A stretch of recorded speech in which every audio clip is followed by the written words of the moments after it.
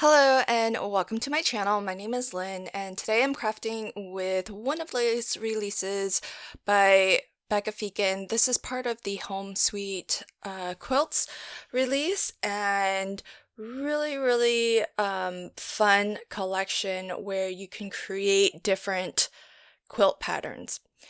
This particular die set that I'm working with actually has, it's cool, there's so much in this. There's actually two what they call mini quilts, but I'm actually going to be using it on a 5x7 card, so it doesn't have to be just for maybe your slimline or mini slimline cards, because you get two full quilt patterns, and there are two square dies that measure about 3 by 3 inches. And the one quilt die that I'm using, it actually cuts out these rectangles and a couple squares that you can actually lay out in this quilting block. And this is the exact kind style of quilt pattern my mom and I made way back when I think I was in middle school. And I just remember cutting so many strips of fabric, and because that was my job of it, and then she sewed it.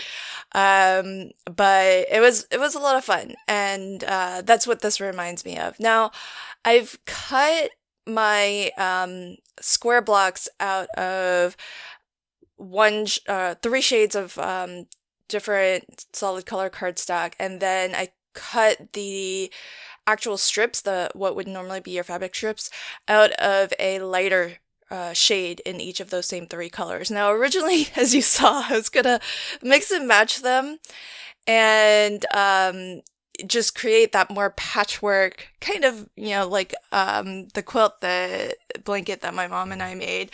But I decided that I think I'd rather each of these tiles have a monochromatic feel to it. So then I just scrapped everything that I did, and that's why I like just doing a little bit of a dry fit, just so that you can kind of see what it looks like before committing anything to glue. And to assemble, it's really easy. You just the way that I do it anyways is I start with the largest strip and I just work my way down. So the very largest strip will span essentially the entire width of your square, and then you'll get two each of each size down. And you just keep rotating and going down by size. So one way to attach this is how I've done it here, where you put a little bit of glue on the back of your strips.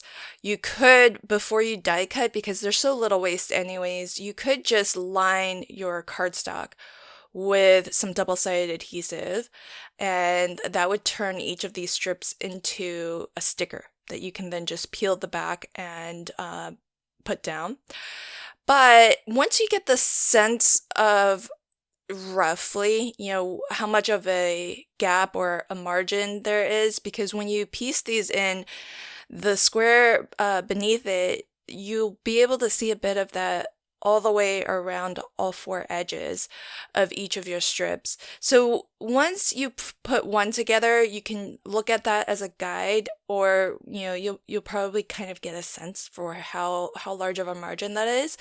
And you can just do what I'm doing here. Just put some glue directly down onto your square layer. And this makes it go a lot faster, I think.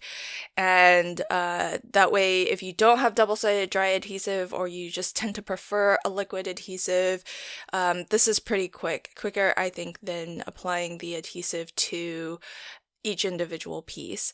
So I just wanted to show both methods and talk a little bit about a third method, because I know there's a lot of little strips here, and so any way that you can could devise that will make it a little bit faster will make the whole process feel a little bit less finicky to actually do.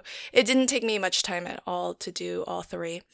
And I do want to just show, it might be easier to burnish from the backside where everything is nice and smooth and you're not running your bone folder over something that is really bumpy because of all of the different layers. And here I've just got a plain old 5x7 card base, and I am just going to kind of arrange these blocks in a offset sort of, so they'll layer on top of one another and none of them will completely line up with each other. The one that's going over top of everything, I am just going to put a little bit of my low profile foam.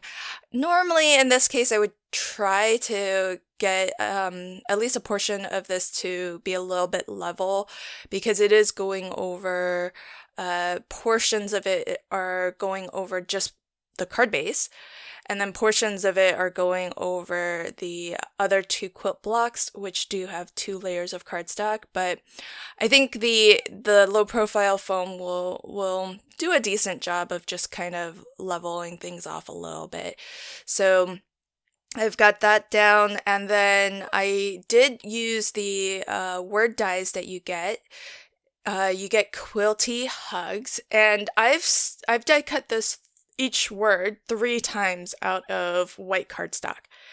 And I've layered them up on top of each other. And that's why you see glue on on the back of my hand, because I just did that trick where I put a little bit of glue on the back of my hand and then I dab my die cut into that glue. And if I get too much glue, then I can dab off onto an area of skin that doesn't have any glue. And so that's just a quick, easy way for me to apply glue onto finer die cuts. And so since that's the word dies are going over an uneven surface, I'm leaving an acrylic block on top just to hold it down, make sure that it has enough time to really grab and hold. And I pulled out an assortment of Nuvo drops. I'm definitely using my Nuvo drops more and more these days now that I have, it's not all of my all of the colors that I have, but I have a good rainbow of colors right in front of me all the time now. And so I love how I was storing them before, and I still use that for storage. The little photo, I think they're 4x6 photo cases. And that's a great way to store the colors I don't use quite as often. But I'm the sort of crafter where if I see it in front of me, I'm more apt to use it, and so I definitely feel like I've been using them more now that they are right in front of me. And so I've just chosen 3 colors that are similar to the 3 quilt block colors, and I'm just adding just a little spatter of drops of different colors and just trying to get them to kind of spread out those colors. So the pinks I'm putting, I'm actually, I think, creating clusters where all 3 of the colors are used. Quite a lot of Nuvo drops. I may add some more also just to balance it out a little bit more. But I love how simple this is, and it's all sort of leaving the quilt pattern to speak for itself. So lots of fun quilt patterns. I'll leave links to everything in the description box below if you want to check out the full collection. And until next time, happy crafting and have a fantastic day. Bye.